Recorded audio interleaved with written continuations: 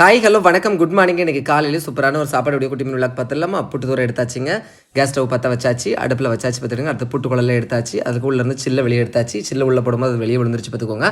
அப்படியே வெளியே எடுத்து துணியில் தொடச்சி மறுபடியும் சில்லை தூக்கி என்ன செஞ்சாச்சு உள்ளாடி போட்டாச்சு பார்த்துக்கோங்க. அப்புறம் வந்து தேங்காய் ஃபஸ்ட்டு உள்ளே போட்டாச்சு. அப்புறம் எங்கள் அம்மா புட்டு மாவு அரைச்சி வச்சுருக்காங்க, அதையும் எடுத்து என்ன செஞ்சாச்சு உள்ளே போட்டாச்சு. இப்படி தேங்காய் புட்டு மாவு மாற்றி மாற்றி 3 குழலுக்கு போட்ட மெத்தடுங்க. அப்புறம் பார்த்தா தேங்காய் நிறைய இல்லை. எப்போவுமே புட்டுக்கு நிறைய தேங்காய் இருந்தால் தான் நல்லாயிருக்கும் மெத்தடுங்க. அந்தாலும் ஒரு முறை தேங்காய் எடுத்துகிட்டு போய் வெளியே துருவிட்டு வந்து மறுபடியும் புட்டு தூரைக்குள்ளே க்ளோஸ் பண்ணி வச்சாச்சு பார்த்துக்கோங்க. பாருங்கள், புட்டு அழகாக வெந்துக்கிட்டே இருக்குது. கொஞ்ச நேரத்தில் ஆவியுமே வந்துருச்சு பார்த்துக்கோங்க. பார்த்தீங்களா, ஆவி கரெக்டாக தெரியுதா? அப்படியே அதை கேஸ் ஸ்டவ் ஆஃப் பண்ணிவிட்டு அப்படியே துணியெல்லாம் வச்சுக்கிட்டு அப்படியே புட்டு குழல் வெளியே எடுத்தாச்சு. வெளியே எடுத்துகிட்டு அப்படியே புட்டை தட்டுறேன் பாருங்கள், எவ்வளோ அழகாக இருக்குது பார்த்தீங்களா. 1 2 3 ஒரு குழல் புட்டில் 3 துண்டு இருக்கும் பார்த்துக்கோங்க. சரியா, இந்த காம்பினேஷன் என்ன சாப்பிட போகிறோம் அப்படின்னு பார்த்தீங்கன்னா, ஃபஸ்ட்டு வந்து மாம்பழம். ஃபஸ்ட்டு ஆஃப் ஆல் சீனி போட்டுட்டு புட்டு நல்லா விரசணும் பார்த்துடுங்க. எப்போவுமே புட்டு நல்லா விரசினா தான் செம்ம டேஸ்ட்டாக இருக்கும் பார்த்துருங்க.